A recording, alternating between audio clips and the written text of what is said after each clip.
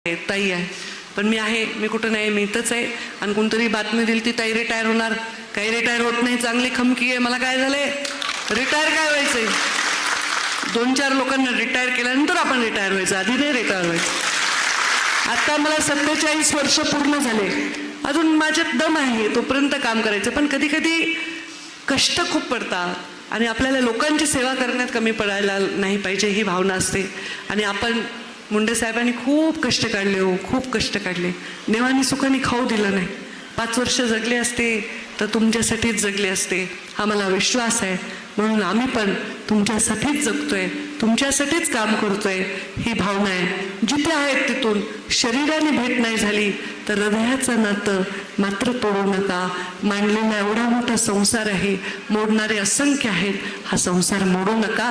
हा संसार पूर्ण चालू ठेवण्यासाठी, आपल्या भविष्यासाठी, उज्ज्वलसाठी, आपल्या लेकरा बाळांसाठी, या जिल्ह्याच्या भविष्यासाठी, समस्त शेतकरी वर्गासाठी, बहुजन समाजाच्या भविष्यासाठी आपल्या सगळ्यांना खूप मोठी जबाबदारी आहे. ही जबाबदारी आपल्यावर सोपवते, तुमचा प्रेमाचा आशीर्वाद घेते. आणि मी पशुसंवर्धन खात्यामध्ये प्रत्येक गावामध्ये उद्योजक तयार करायचे आहेत. 50% सबसिडी आहे. काय 50%? 1 कोटी गुंतवले तर 50 लाख सबसिडी. म्हणजे बोगस नाही. बिना रस्ते करता बिल उचलायचे, बिना सभागृह करता आज ह्याचं नाव उद्या त्याचं नाव असं करून पैसे हटवायचे, त्याच्यासाठी नाही आहे. तुम्हाला त्या नियमाने जावं लागेल. कारण जो नियमाने जगायला शिकवतो, नियमाने राहायला शिकवतो, तो खरा नेता असतो आणि तो जीवन लोकांचं घडवत असतो.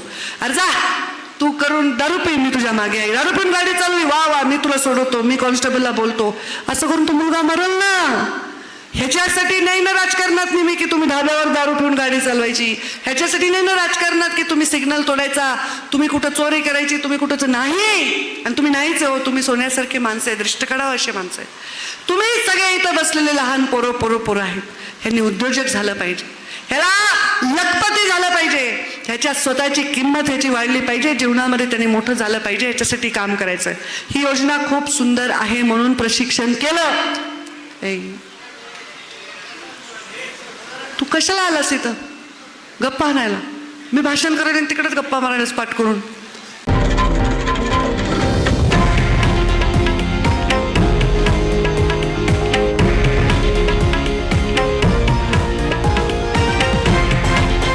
हे आहे देशातील नंबर 1 न्यूज नेटवर्क आणि आपण पाहत आहात TV9 मराठी, एकमेव.